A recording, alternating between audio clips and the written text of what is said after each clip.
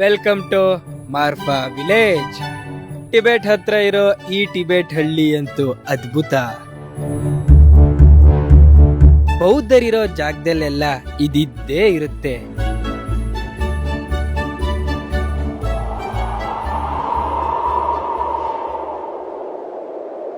ಈ ಹಳ್ಳಿ ಯಾಕಿಂಗಿದೆ ಅನ್ನೋ ನನ್ನ ಪ್ರಶ್ನೆಗೆ ಉತ್ತರ ಕೊಡೋಕೆ ಶ್ವಾನ ಮುಂದಾಯ್ತು.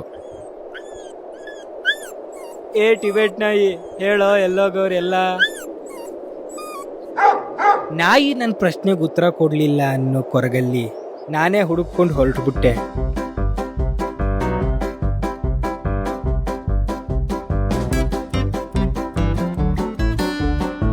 ಹೊಳೆಲಿ ಕುದುರೆ ನೀರು ಕುಡಿತಾ ಇದೆ.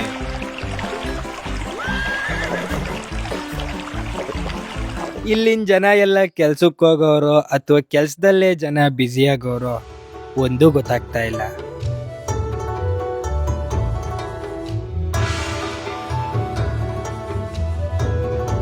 ಈ ಸೈಲೆಂಟ್ ಆಗಿರೋ ಹಳ್ಳಿ ನೋಡಿ ಗೊತ್ತಾಯ್ತು, ಹಳ್ಳಿ ಜೀವನಾನೇ ಜೈ.